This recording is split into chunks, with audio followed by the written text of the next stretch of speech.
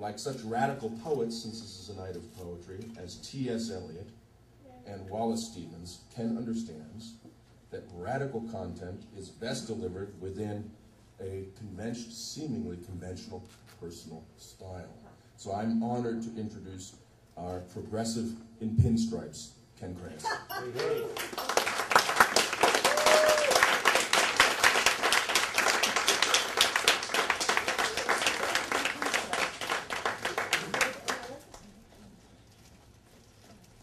not a giant.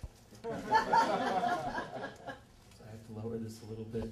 Generally, I like to speak without microphones because I feel like I want to project my own voice. So, do we think I can do it out there? No, use the mic. Use the mic? Yeah. All right. Yeah, I'll stand back. I'm humbled by watching these great poets and what they've been through. We haven't heard Mandingo's story, and I know his is chills my bones, actually. And I'm going to ask, actually, if I can make a request. Can you read page 24, because that's part of my campaign platform? Hell yeah. No problem. That's awesome. So we'll let Mandingo deliver his own speech. I'd like to do it, but his own poem. I'd like to do it. And then I was actually going to read What Happens to a Dream Deferred, but Kate beat me to it. Yes. So I was thinking about that today. You want to hear it again? Andy pointed out, let America be America again. Yes. And I was thinking I might read a little bit of that because I don't, most of you here know me, have heard what I have to say. I can give a political stump speech, but I prefer not to because I don't think it's appropriate. I've done a little poetry. I actually published one of these for credit in college, a chapbook. And I've tried to get up and do some stuff before, so I was thinking about maybe I could riff on that. But I just want to say that it's an honor for me to run, and I feel very lucky that I'm in a position to be doing what I'm doing and representing people. Like the other night, we were at the West End Civic Association candidate forum, and Rand asked the Republican candidate the very simple question: 1% of Americans own 24% of the wealth. 20% of Americans own 80% of their wealth. Do you think this is a good thing? If so, why? If it's not a good thing, why isn't it a good thing? She couldn't answer the question. Her name is Ann Berkeley. I think she's a very congenial person. She's a little naive about the political situation in this country. So she turned and asked 50 people from the West End, what do you think? The resounding answer was, no, it's a bad idea that many people, or that few people own that much wealth. And so, in trying to construct what I'm doing in this campaign, I constantly think about people like Rand's daughter, who, at the rate we're going, is not going to be able to afford college. When my father went to Central Connecticut State University, when it was Central Connecticut State Teachers College, it was $300 a year. He went in the 1950s. He was a bit of a troublemaker himself, so he had to drop out for a little while, go join the Air Force, and then come back and graduate in 1961. But he graduated. He went on to get a master's degree, and I'm the man that I am today because of my father. And he actually was the unpaid political consultant who helped come up with the Calhoun part of the ad that we're running this online. It's pretty funny. Yes, go to kenkrayeske.com. I'll finish up here in a second. Essentially, when I sit here and say, why am I doing this? I was exhausted tonight before I came in here, and I feel completely and totally recharged after listening to the energy of Robbie and John and Kate. I can't wait to hear our final giant poet. But part of it is that we have to make sure that college is affordable, that human rights like healthcare are affordable. That should be, when I was on Colin's show today, all 4 fringe candidates that Colin McEnroe said that we were, all 4 of us agreed without question that healthcare is a human right and that it should be free.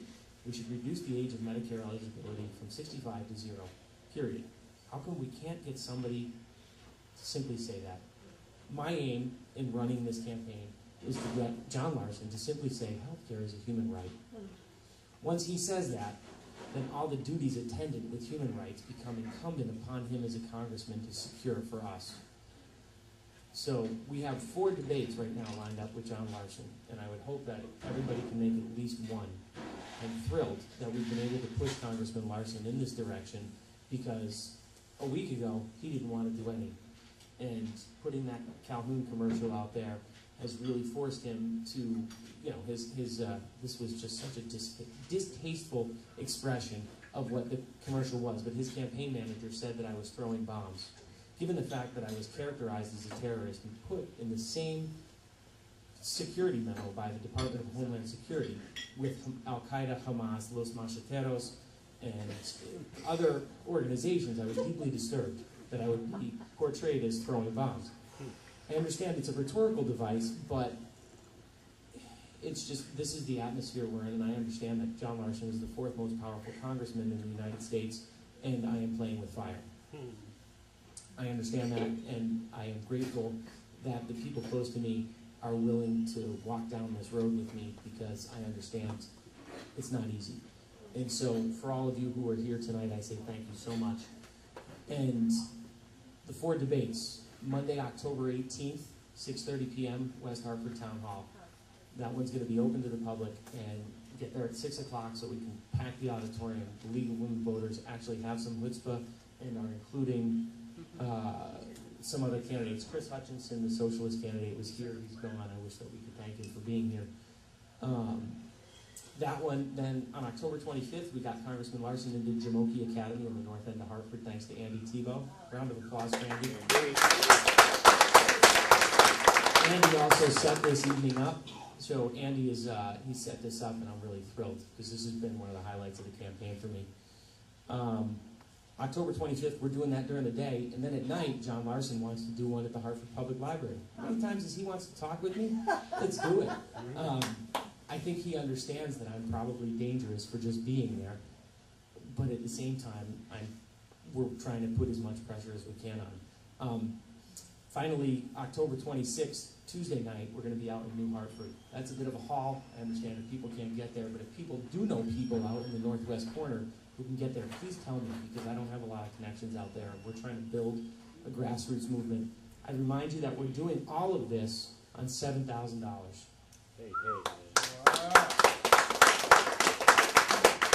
Our goal is to raise $10,000, because I got to pay Dave and I got to pay Andy. Dave is the campaign manager back there. For those who think that one person can't make a difference, Dave doesn't own a car. He lives his life with a bicycle and with public transportation. He blames me for this choice, but dude, you made your own choice, man. So if you could make any sort of contribution tonight, I would be deeply grateful. We are, as I said, we're at $7,000. I've only been in the race for about 45 days. We started on September 1st because I had to take the bar exam this summer. And cross your fingers, I find out tomorrow whether or not I pass the Connecticut bar exam. So I don't want to say anything else because I want to see Mandingo. Thank you guys so much for being here. All right.